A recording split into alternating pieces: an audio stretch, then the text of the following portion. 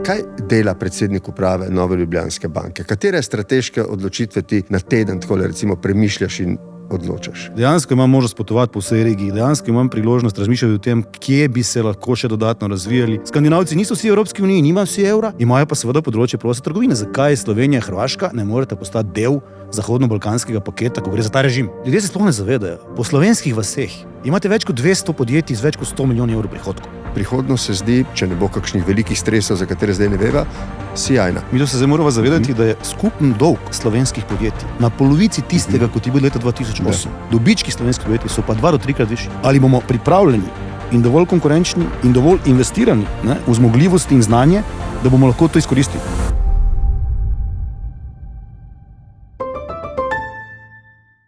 Dobrodošli v Mastercard podcastu Navdiha. Moj današnji gost je Blaž Brodnjak. Blaž Brodnjak je človek nalezljive energije. Ko govori o stvareh in o ljudeh, ki jih ima rad, se ne zna ustaviti, krili za rokami in je zelo slikovit. Opazil sem, da je tak tudi, ko govori o prihodnosti Slovenije, o njenem mestu v Evropi in v svetu. Blaž Brodnjak je doma s Ptuja, dela pa v Ljubljani. Je super uspešen in zelo ugleden predsednik Nove Ljubljanske banke. V Halozah ima vinograd in v njem je rad obdan s svojimi 3 otroki. Morda prav zaradi njih tako zelo veliko govori in razmišlja o prihodnosti. Blaž, dobrodošel v našem podcastu. Dobrodošel Borut v Maribor na Štajerskem. Kot profesionalni bančnik se gotovo spomniš sredine septembra leta 2008.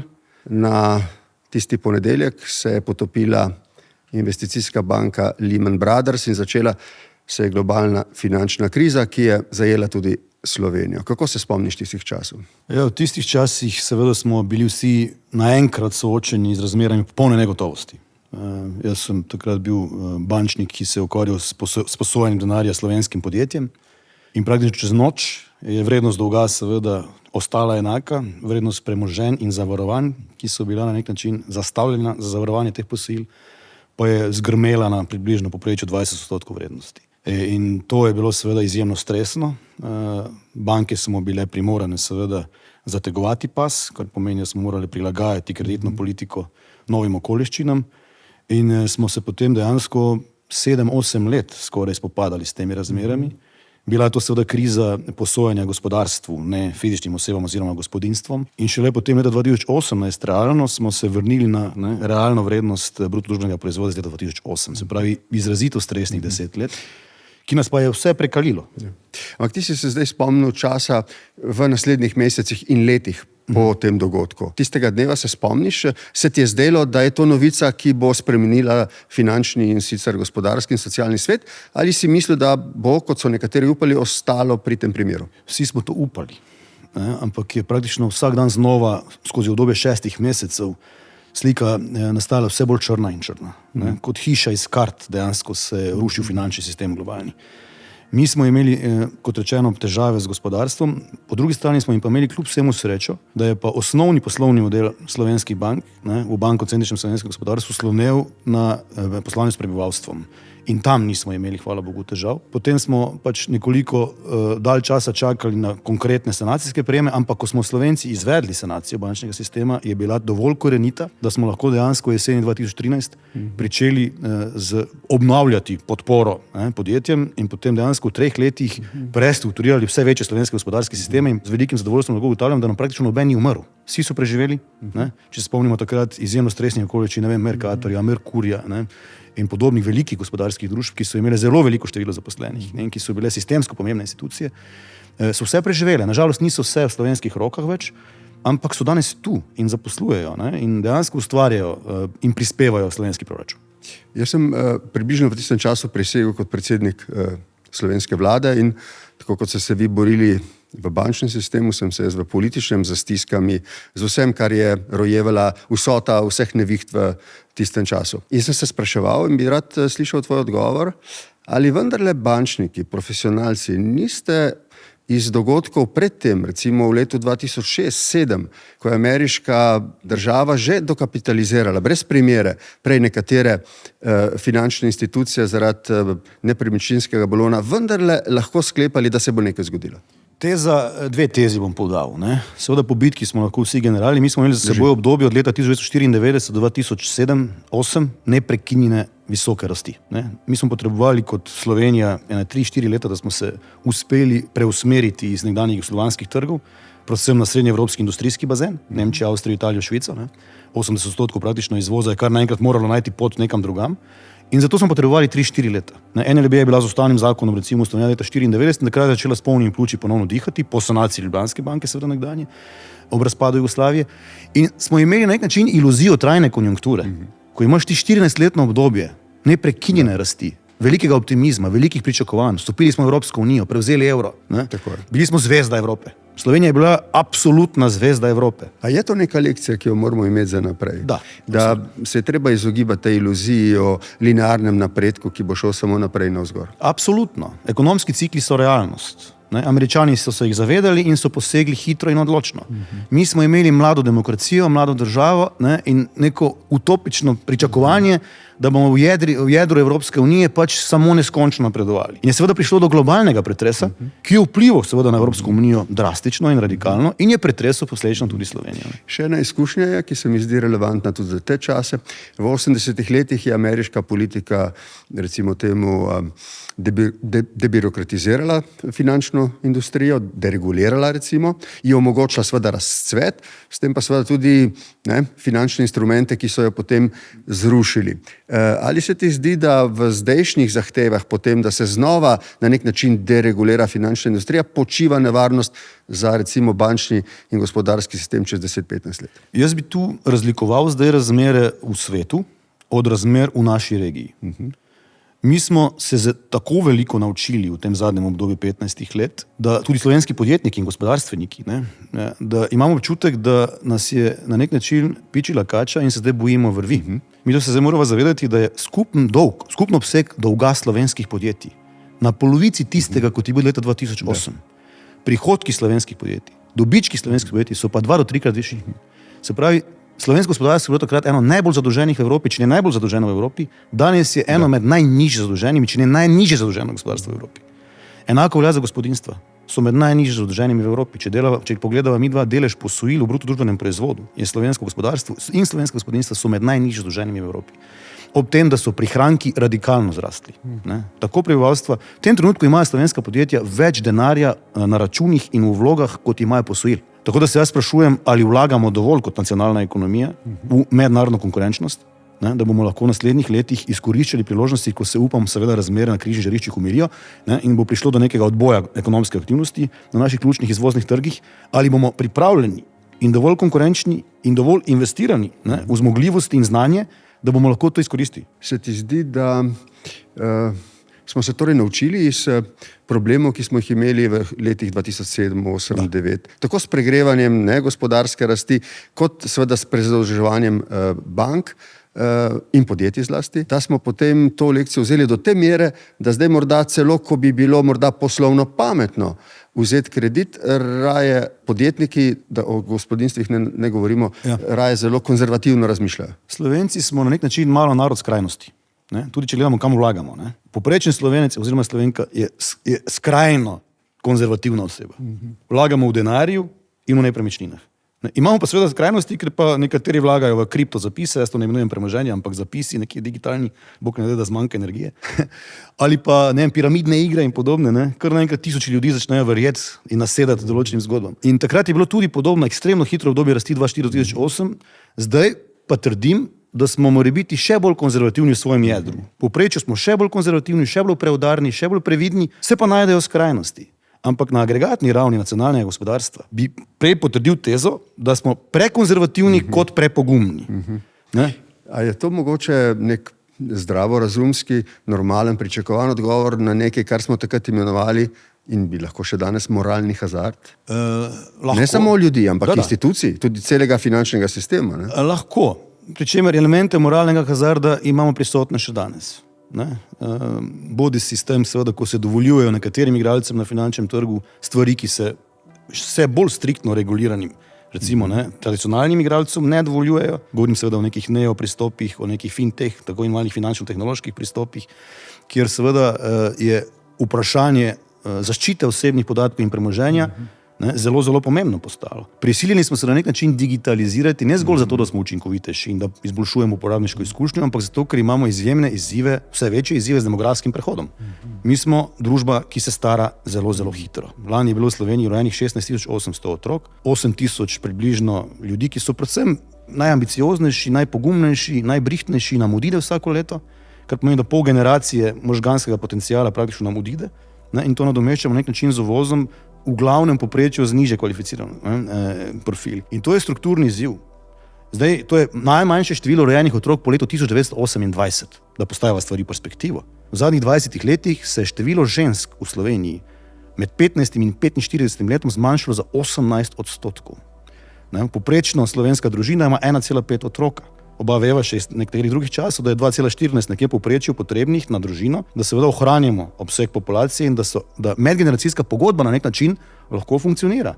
Zato, ker zdaj bo vse več starejših od 65 let, vse manj mlajših od 20, in kdo bo skrbel za nas v domovih za ostarele. Zdaj se zapirajo domovi za ostarele, ne zato, ker ni več kapacitet in postelj, ampak zato, ker ni ljudi, ki bi te ljudi oskrbovali.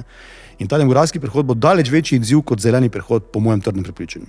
Jaz ti lahko pritrdim, moja izkušnja zdaj, ker pogosto potujem v Azijo službeno, je, da ko sem tam, je ogromno nasmejanih mladih ljudi, vse povsod, na cestah, v podjetjih, kjerkoli. Ko pridem v Evropo, tega ni opaziti v taki meri. In na nek način dejansko Evropa postaja muzej sveta. Turistična znamenitost čez 20 let, če se ne bo nekaj bistveno spremenilo, bomo turistična znamenitost. Gremo nazaj k bančništvu. Temelj bančništva je zaupanje. Kako se ti zdi, kaj omogoča, da se potem tako spridijo stvari, da se recimo takrat zgodi en Bernie Madoff, recimo. Najvplivnejši bančniki, politiki, gospodarstveniki mu zaupajo, potem pa se izkaže, da je šlo za piramidni sistem. Kako naj ljudje vemo, da se take stvari ne morejo zgoditi zdaj v realnem času? Tu bi spet na nek način skušal razlikovati med razmerami v razvitih ekonomijah, predvsem anglosaksonskega sveta in srednjeevropskem bančnem sistemu. Kriza slovenskih bank je nastala zaradi tega, ker smo presežno financirali slovenska podjetja.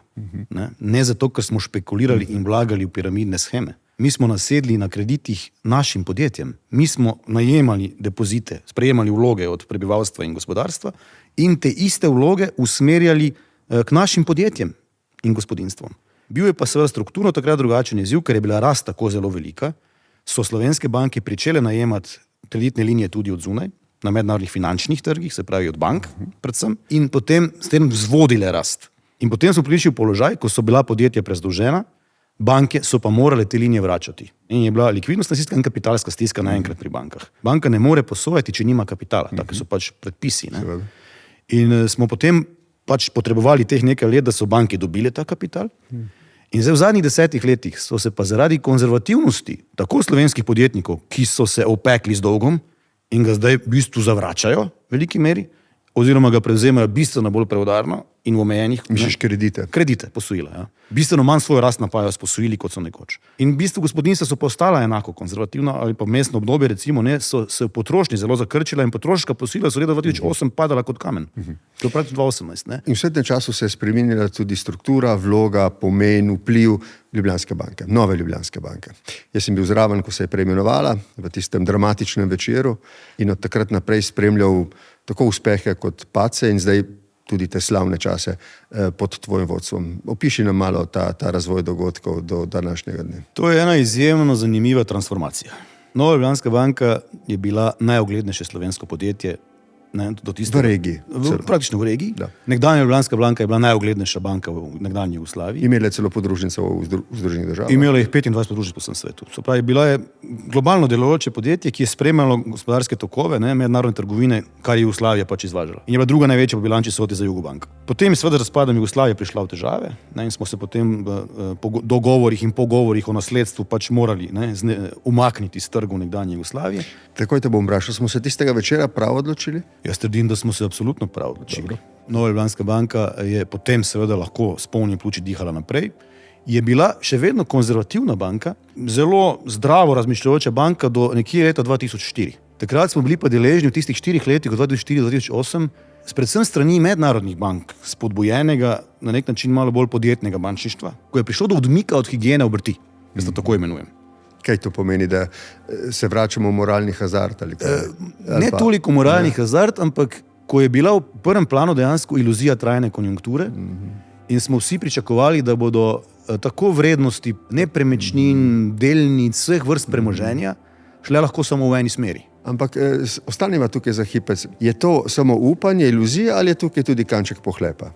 Kombinacija. Ne? S tem, ko so seveda nekatere tuje banke prišle z denarjem iz tujine in začele financirati slovenska podjetja, so seveda s tem začele zajedati v tržni položaj domačih bank. S tem, ko so one hitro rasle, so seveda nadzorni sveti domačih bank, lastniki, ne, ki je bila tudi trenutko seveda predvsem v javni lasti velike banke, ne, tudi od domačih bank pričakovali, ne, da ne izgubljajo tega tržnega položaja in parirajo. Ne. In se je pričelo dejansko, samo da pojasnim, odmik od higiene bančne obrti, financirati ne več le in zgolj na podlagi presojenega denarnega toka, bodočega, ki je edini resničen porok za poplačilo posojil, ampak na podlagi pričakovane vrednosti zavarovanj zastavljenih za zavarovanje teh posojil. Če skušam bolj plastično ponazoriti, ne, smo kreditirali, ker smo dobili hipoteko, ki smo pričakovali, da je vredna zelo veliko. Ali pa smo kreditirali bančni sistem, ker smo pričakovali, da bodo vrednosti delnic, ki so bile zastavljene premoženja, rasle. Oprosti, Blaž, če pa razumem, to je bilo v osnovi finančne krize leta 2008. To je špekuliranje. To je špekulacija. To zavarovanje. To je špekulacija. To je odmik od higiene obrti. Ponavljam, odmik od higiene obrti. In kaj se je potem zgodilo? Seveda, da smo nasedli kot sistem. In v bančno-centričnem gospodarskem modelu, ko nimaš delujočega kapitalskega trga, ko se podjetja rutinsko ne zadolžujejo preko izdaje obveznic ali pa delnic na Ljubljanski borzi, je to pomenilo seveda enkraten, edinstven, čez noč popoln šok. Banke nezmožne kreditirati, kje pa naj podjetja dobijo denar? In ker banke niso imele dovolj kapitala, so pričele denar odtegovati iz sistema. Se pravi, so od podjetij zahtevale poplačila. In kdo lahko vrne? Je tisti, ki je zdrav. Ne? Banke so šle še dlje. Zahtevali so vračila od tistih, ki so komaj še lahko vrnili. Ampak smo jih s tem seveda spravili še v zahtevnejši položaj. In s tem smo bili neki negativni spirali strukturnega poslabševanja naših bilanc. To je bila dejansko negativna spirala. In šele leta 2013, potem na jesen, ko smo dobili kapital, odločen obseg kapitala, zdaj seveda lahko rečemo, da je to bila upravičena ali neupravičena državna pomoč, lahko potem na primer Nove Ljubljanske banke ponazoriva, da je šlo za absolutno upravičeno državno pomoč, ker jo bomo v celoti poplačali, pa smo že, in bomo, verjamem, tudi zgodba o uspehu, ki bo nekoč spet nam vsemu ponos, ampak to je potem, skušam reči, transformacija. Nasedli smo šok. Jaz sem prišel v banko 1. decembra 2012, v bistvu kot del sanacijske ekipe, ko je banka imela že 5. zaporedno leto izgube. In smo vedeli, da bomo do konca 2013 potrebovali zdaj odločno dokapitalizacijo ali pa bodočno se s to hišo ni. Zato, ker so se dejansko razmere tako zaostrile, da je bilo 200 največjih slovenskih podjetij, je bilo 150 na kolenih. Koliko so imele finančne, bančne zakonitosti problemov ali pa priložnosti s tem, ker je bila Ljubljanska banka državna banka in se je potem transformirala? Koliko je bilo vse to relevantno za probleme in priložnosti? Izziv je bil v celotnem bančnem sistemu, ne samo v Novi Ljubljanski banki. Nismo izkoristili morebiti tega, kar bi lahko, da bi, dokler je bila državna, morebiti hitreje dokapitalizirani in jo hitreje usposobili, da bi bila tista, ki bi bila agent sprememb. Na koncu je vedno največja banka tista, v katero vsi upirajo oči, ko pride do težav. Ker je bila povsod tudi večinoma največji upnik. Ker je sistemska banka. In ker je NLB bila na kolenih dolgo časa, tudi ostale potem niso parirale. A se je politika preveč obirala za spremembami? Ja. To so bile razmere, koliko škode je naredila v tem času? To je zdaj težko monetarno ovrednotiti, ampak če bi se mi lotili 2009. leta strukturnega, sistemskega prestrukturiranja slovenskega gospodarstva, ker bi bile banke dovolj potentne, bi verjetno potrebovali bistveno nižjo dokapitalizacijo bank in bistveno hitreje bi zagnali gospodarsko aktivnost podjetij, ki so životarila 5 let. To besedno životarila. Veliki gospodarski sistem. Zdaj težko je to vrednotiti. Ampak bi bilo sigurno ceneje za proračun in bi bilo na drugi strani bolj donosno za proračun, ki bi se davčni sistem hitreje postavil na noge, ker bi prej se podjetja usposobila za ustvarjanje prihodkov, dobičkov in tako naprej. Mi smo imeli tu malo smole, da se je leta 2012 in na prelomu 2013 režim državnih pomoči v evropskem kontekstu bistveno zaostril. Zato smo potem bili primorani plačati tudi bistveno višjo ceno v smislu, kaj smo lahko potem izvajali, ko smo prejeli državno pomoč. Jaz trdim sicer, da smo tu bili malo krivično obravnavani. Te banke so bile v večinski lasti Republike Slovenije. Kdo bo pa dokapitaliziral, če ne večinski lastniki? Govoriti o državni pomoči v kontekstu, ko si itak večinski lastnik in nihče drug ni pripravljen pomagati, je kdo bo pa reševal. Ne? In to potem obravnavati po klasičnih tržnih principih državnih pomoči je zame rahlo krivična obravnava, ne? Ker vem, da nekatere banke v Evropski uniji še danes niso privatizirane, kljub temu, da je to bilo zahtevano. In smo bili mi mogoče tu malo vseeno v nekem zahtevnejšem položaju in predvsem NLB je bila seveda delno tudi Nova kreditna banka Maribor, ki bi bila pa malo prej privatizirana, ne? Je dobila v bistvu prisilni opič. Mi smo morali prenehati kreditirati praktično logistiko, gradbeništvo, finančne holdinge, ne? In s tem smo te, ki so bile že v itak težkem položaju, pahnili še v bistveno težji položaj. Je bil to najtežji položaj banke v nekaj tranziciji tistega časa? To je bilo skrajno stresno obdobje. Bi lahko banka potonila ali se ti je zdelo, da vendarle toliko rešilnih jopičev je, da bi v skrajni sili ostala, ampak kot zelo slaba banka? Če ne bi prejeli takrat tako odločne pomoči, ne bi preživeli. To je jasno. Takrat je šlo dejansko za nujen poseg, ki je usposobil banko in s tem bančni sistem, ker so potem ostali sledili, ker se niso mogli privoščiti, da bodo oni grobniki in grobari. Ne?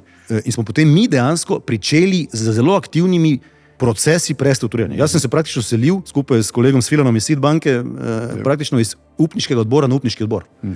To je bilo 2-3 leta, praktično nisem delal ničesar drugega, kot se selil iz upniškega odbora in upniški odbor. Mi smo kot NLB več kot 2/3 teh velikih primerov prestrukturiranj vodili kot glavni agent. Kljub temu, da smo imeli izpostavljenosti tam nekje okrog 25%. Kako je šlo to v paraleli z lastninskim prestrukturiranjem? Ja, smo tukaj naredili še napake, smo bili prepočasni. Kako bi danes zgodovinske distance ocenil to lastninjenje? Jaz trdim, da je bilo lastninjenje izpeljano primerno. Smo bili pa nekoliko preveč servilni do direktorata za konkurenčnost Evropske komisije, ko je šlo za čas. Novo KBM trdim, da smo prodali prehitro in prepoceni. Samozavestno to trdim. Če bi jo opremili... Čemu je botrovalo to? Zakaj misliš, že se to zgodilo? Pritisk Evropske komisije in mi smo pač to sprejeli, ne? Ta pritisk. Kot sem poprej omenil, nekatere druge države pa še kasneje niso so dosegle kakšne odpustke. Mi jih nismo uspeli doseči. Ne? Jaz trdim, da je model lastninjenja Nove Ljubljanske banke vzoren in vzorčen primer lastninjenja. Zakaj? Zato, ker je jedrni lastnik še vedno Republika Slovenija s 25% ena delnica. In to smo mi, Slovenke in Slovenci, to je naša banka.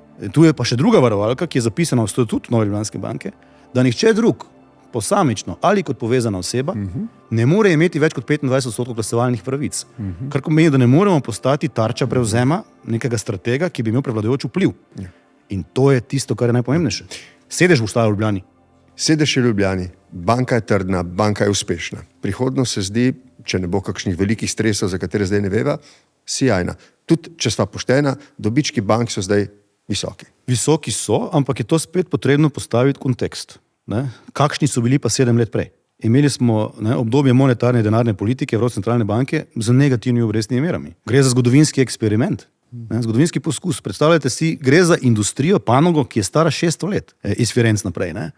In ni imela predvidenega tovrstnega scenarija sploh v pogodbah. Se pravi, v 600-letni zgodovini nismo predvideli tovrstnega scenarija. Se pravi, je šlo dejansko za zgodovinski poskus z denarno politiko negativnih obrestnih mer. 7 let so najpomembnejše sistemske banke v Evropi dosegale donosnostni kapital med 5 in 6%. Blaž, se tudi ustanovitev evra je bil politični eksperiment, ki je, hvala Bogu, uspel. To razumem, ampak banke so kljub vsemu razumem, kaj hočeš. Tržni igralci. Delujejo na trgu. 5-6% donos na kapital ne pokriva stroškov tveganja delovanja na posamičnem trgu sploh. Kaj šele do stabilne donosnosti, ki zagotavlja preživetje skozi negativne ekonomske cikle. 7 let je bilo temu tako. Zdaj imajo evropske sistemske banke 15% donos na kapital, tam 12-15%, kar je pričakovano. Glej, jaz sem tvoj komitent, zanima me, kako je z mojo naložbo v tvoji banki. Vse ni velika, ampak to je vse, kar imam. Je varna. Torej, dokler sem jaz tej hiši, slepo zaupam. Ne? To pa ni naložbeni svet, ne? Ker seveda moram z vsemi disclaimerji to opremiti. Jaz verjamem, da ima NLB izjemen potencial. Mi smo sistemsko pomembna družba. Povej nekaj več o tem potencialu in teh tvojih vizijah za naprej. Mi smo ponovno največja banka v državi, zdaj s podpisom pogodbe o nakupu Summit Leasinga, ker zdaj je v zaključni fazi pridobivanja dovoljenj, računam, da bi nam nekje do poletja jih morali pridobiti. Smo se dodatno utrdili kot najpomembnejša finančna institucija v državi, kot najpomembnejši univerzalni ponudnik finančnih storitev. Mi upravljamo 70% slovenske gotovine, ne vem, če to ljudje vedo. 40% vseh podjetniških plačil gre preko naše banke, tretjina vseh kartičnih plačil, 40% vsega premoženja v investicijskih skladih upravljamo. Ampak tako vlogo, kot imamo v Sloveniji, imamo ponekod drugje podobno skoraj. V Makedoniji recimo upravljamo 60% gotovine, tretjino kartičnih plačil. Imamo 23% tržni delež pri prejemnikih plač in pokojnin. Smo med 3 najpomembnejšimi igralci praktično na vseh trgih, kjer smo prisotni. To v 6 državah nekdanje skupne Jugoslavije, samo na Hrvaškem nas ni. S tem, ko smo podpisali pogodbo za nakup leasinga, pa posredno upam, lahko vstopimo tudi na hrvaški trg. In bomo prvi, ki bo ponovno povezal to regijo. Nihče drug je še ni. Če bi dodali na neki točki Albanijo, bi tudi bili prvi, ki bi povezal vseh 6 držav Zahodnega Balkana. To, da ne prideš na hrvaški trg, je zdaj povezano z nekim nezaupanjem še v hrvaški politiki ali banki, ali kako bi to ocenil? Tu imamo še vedno... Smo blizu tega, da bi se to zgodilo, ampak nekaj manjka. Kaj manjka? Še vedno nismo prišli seveda do dogovora na podlagi teh starih deviznih vlog hrvaških varčevalcev v nekdanji Ljubljanski banki podružnici Zagreb. Ne.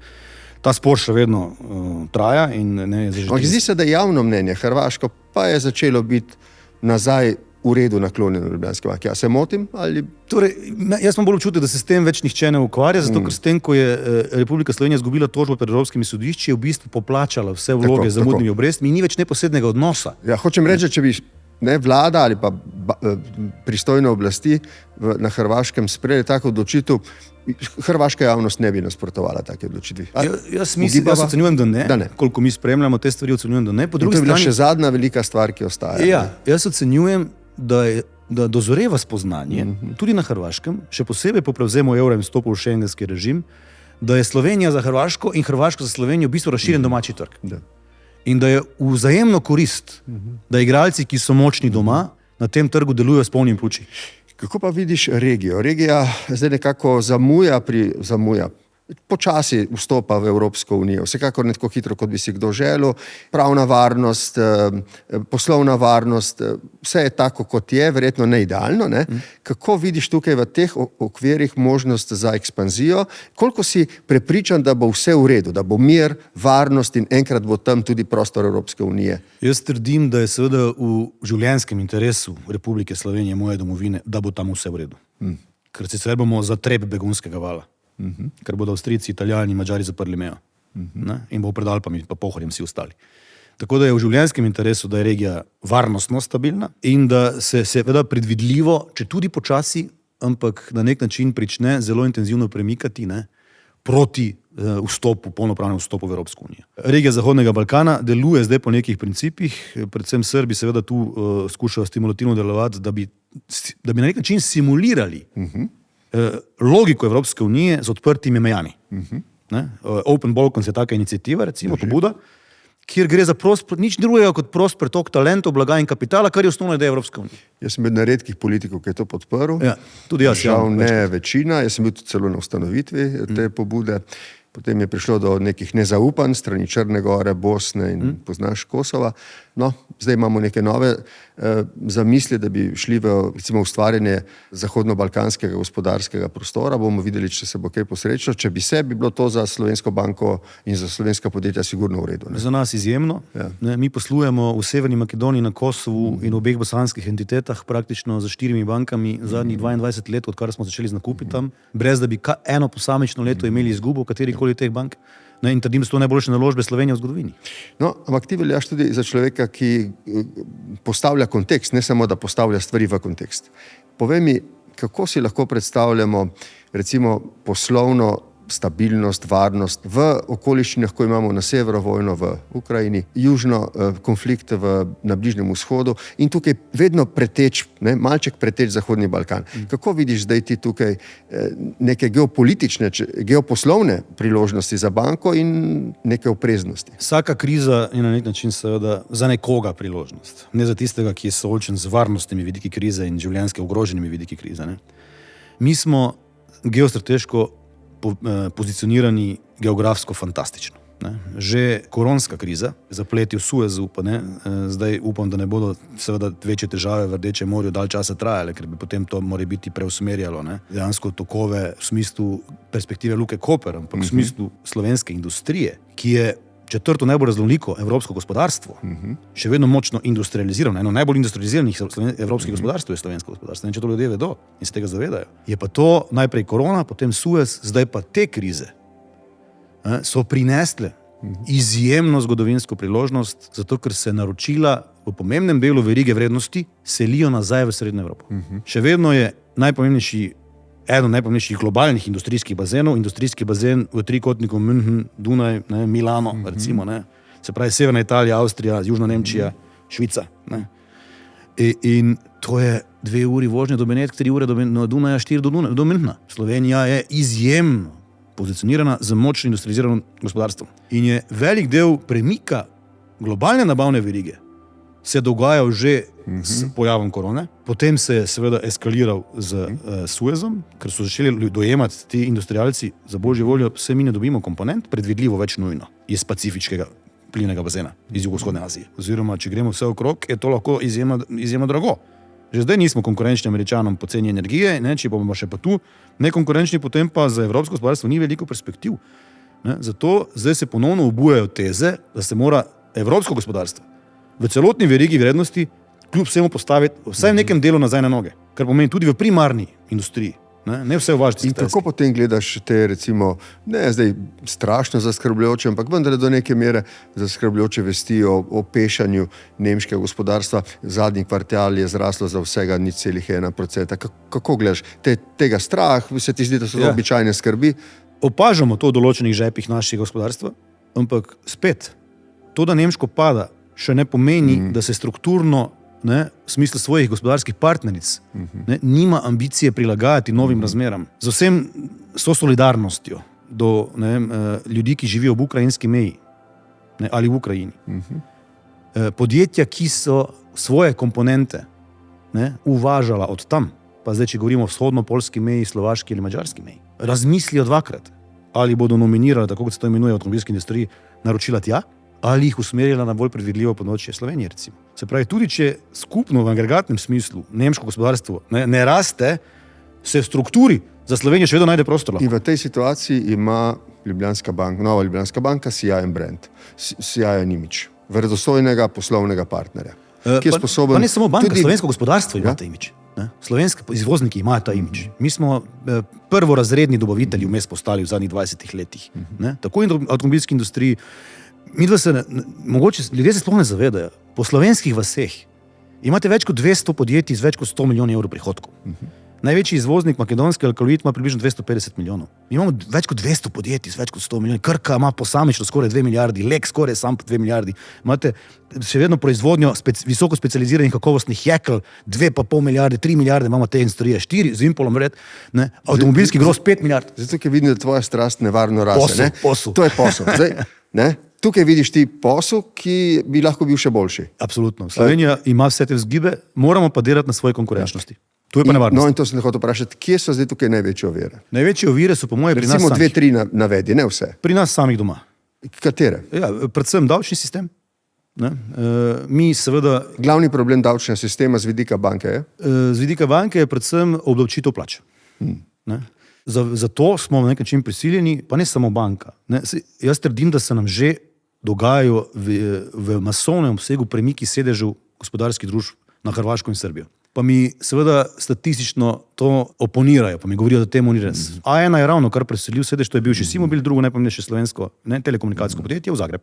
Če ponazorim, v Zagrebu je po zadnjih davčnih spremembah ponovno v Sloveniji, Hrvati so jih prilagajali v smeri konkurenčnosti in zniževanja obremenitev, mi v smeri povečevanja obremenitev. Jaz se ne pritožujem zaradi svojih prejemkov, so dobri, ampak pri istem brutu prejemku mojem, v moji pogodbi, bi bil v Zagrebu neto prejemek 50% višji. Samo ker sem bil jaz na drugi strani, v državi in predsednik parlamenta in vlade in države, vem, da je problem v tem, kako se ta denar, ki ga gospodarstvo ali pa banke odvajajo v proračun, ne porabi. In ta ni tako učinkovito porabljen, kot bi moral biti. In mi pravzaprav tega tako potrebnega javnega servisa z državno upravo vred ne znamo narediti tako uspešnega in učinkovitega, kot bi si ga slovenska družba zaslužila. To drži. To ti s svojimi političnimi izkušnjami, jaz pa s svojimi gospodarsko pa finančnimi izkušnjami potrjujem. Jaz samo objektivno opažam, da se recimo s tem, ko so te nove okoliščine nastopile, smo mi v Beogradu zaposlili 100 informatikov. leto in pol.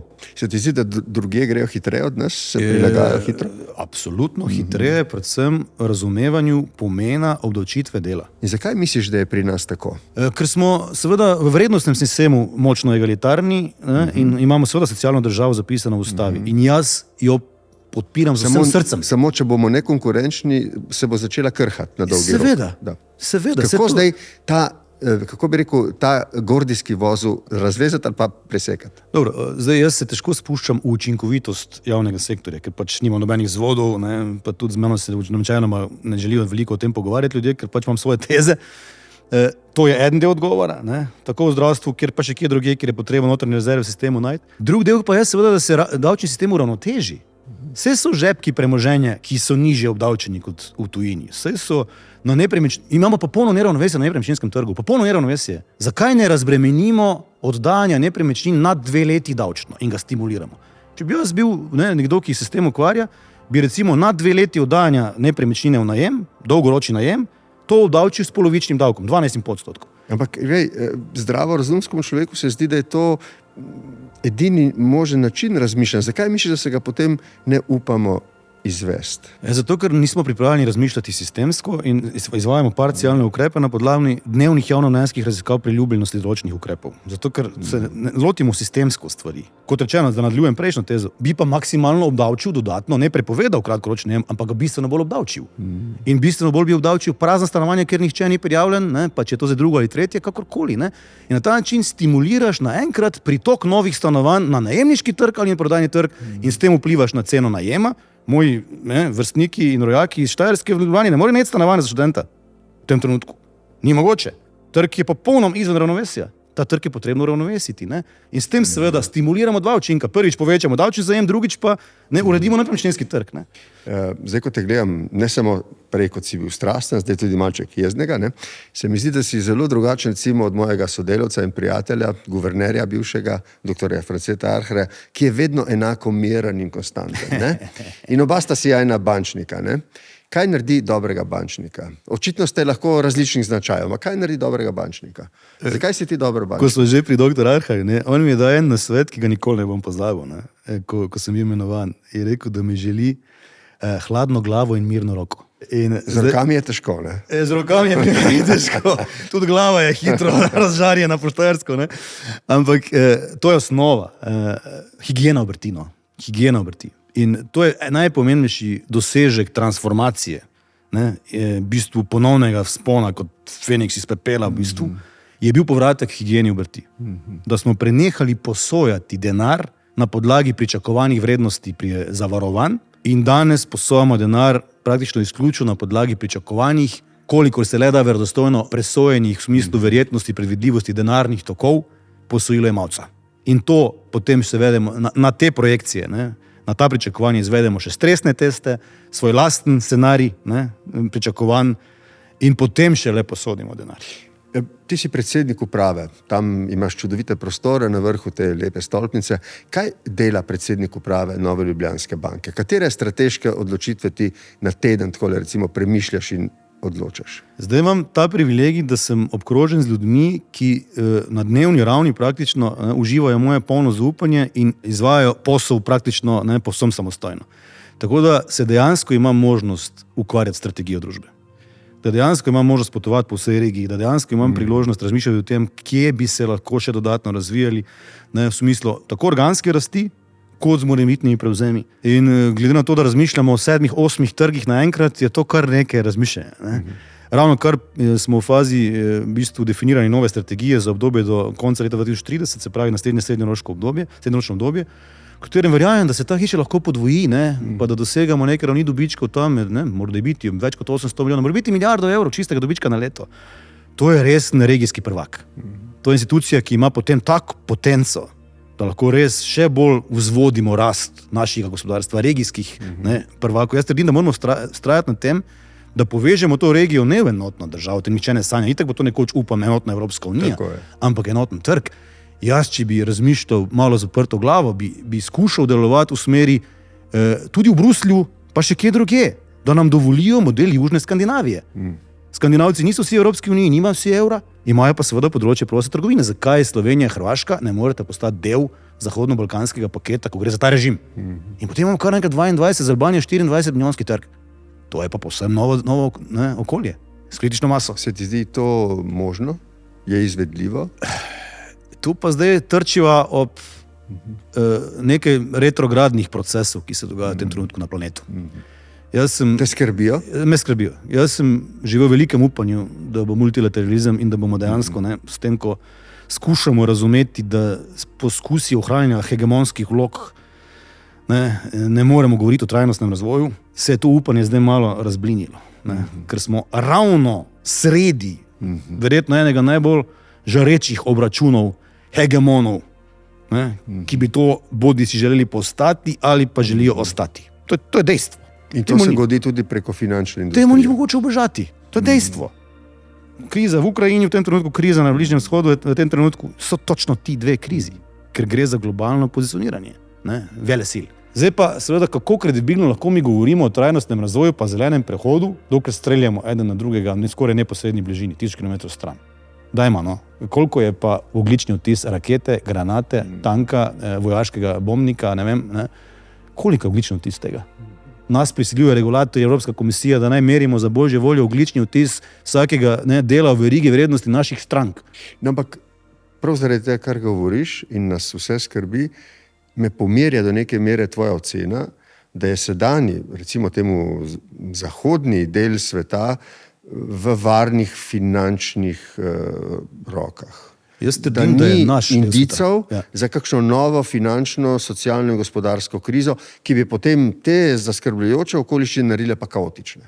To mi zagotavljaš, da je z vidika tvoje ocene v redu. Borut, tega nihče ne more zagotoviti. Jaz ti pa lahko zagotovim, da smo regijski bančniki naredili vse, kar je bilo mogoče, da smo se teh sprek odvisnosti, kot so recimo linije financiranja iz tujine, kot so nekateri drugi prepleteni finančni tokovi, toliko uspeli v zadnjih letih na nek način razbremeniti, da smo danes banke, ki delujemo na povsem drugačen način od tistih, ki recimo poslujejo še vedno v anglosasonskem svetu pa v globalnih. Mi nimamo nobenih izvedenih finančnih inštrumentov v svojih bilancah. Nobenih. Samo tistih, ki ščitijo obrestno tveganje, kar je povsem rutinski instrument. Mi najemamo depozite od naših gospodinstv in naših majhnih, srednjih, velikih podjetij in usmerjamo te depozite k kreditom tem istim gospodinstvom in podjetjem. Posojamo tudi Republiki Sloveniji, posojamo tudi državam v regiji, ampak ta denar ostaja tu. Zdaj, ko govoriva in zaključujeva ta pogovor o Novi Ljubljanski banki, o financah, o tvojih sanjah, o sanjah banke, se zdi, kot da je to tisto, kar bi želel delati ves čas. Nimaš nobenih drugih ambicij. Je to, kar si želiš delati. Je kakšna druga služba, ki bi si jo želel zdaj bolj kot te, ki jo opravljaš? To je zdaj vprašanje, kaj so to... Dobro, ne mi zdaj reči, da je bil predsednik Goldman Sachsa. To do neke mere razumem. Do enega drugega letnega gimnazije sem dejansko razmišljal, da bi bil biolog. In še danes je tisto, kar me najbolj fascinira kot nek pojav, kot fenomen, življenje kot tako. V vseh svojih pojavnih oblikah. In sem razmišljal, da bi preučeval razmnoževalne navade neke redke živalske vrste v tropskem gozdu, ampak v drugem letniku, tam nekje, ko se Slovenija pričela osamosvajati, tam in potem smo začeli govoriti o borzi. Začeli smo govoriti o kapitalskem trgu. Takrat ste imeli Draško pa ekipa velike aspiracije, da bomo naredili neko resno regijsko zgodbo z tega. In se mi je to zdelo tako na nek način zanimivo, privlačno, da sem se potem odločil za študij poslovnih financ. Globoko v sebi pa še vedno tli ta povezava z naravo. Zato vinograd ali kaj doma? Zato kmetija, zato mi imamo ne samo vinograd, tudi 14 glav škotskega višinskega goveda v biološki, povsem biološki vzreji, certificirani in tako naprej. Ker trdim, da seveda ni problem govedoreja na ta način, problem je seveda masovna govedoreja drugačnih okoliščin. Ti sam skrbiš za to, kaj? Moj oče pri 73 karierni menedžer sicer je 12 ur na traktorju na dan. In ko ti priješ domov, te to pomerja? Iz Ljubljane se voziš nazaj na Ptuj ali? Ja, živim v Ljubljani in se vračam načeloma v vikendih. Pomagam po najboljših močeh, ker tudi jaz rabim kak vikend, da se spočijem načeloma, ne morem potem še 24 ur oddelati fizično, ampak brat je polno zdaj na kmetiji, oče je 73 letih, mama pri 71, sta polno na kmetiji, hči študira dejansko ta posel in bo enologinja na posestvu in bo prevzela to. 14 hektarjev vinogradov obdelujemo. Samo da te ne bomo videli kakšen dan s traktorjem, ko boš protestiral skupaj z ostalimi kmeti po Ljubljani, tam pred Ljubljansko banko. Sem del protestov gospodarskega kroga. Blaž, meni je bil velik užitek govoriti s tabo. Ljudem se nam zdijo finance take zapleten, dostikrat nerazumljiv svet. Zdi se mi, da si ga precej odkrito in tako tudi pošteno predstavil in povedal. Vse skupaj nas pa malo pomerja tvoja ocena, ki ji verjamemo, ker si z tega vidika človek, ki mu zaupamo, da je v bistvu zaenkrat gledano vse v redu.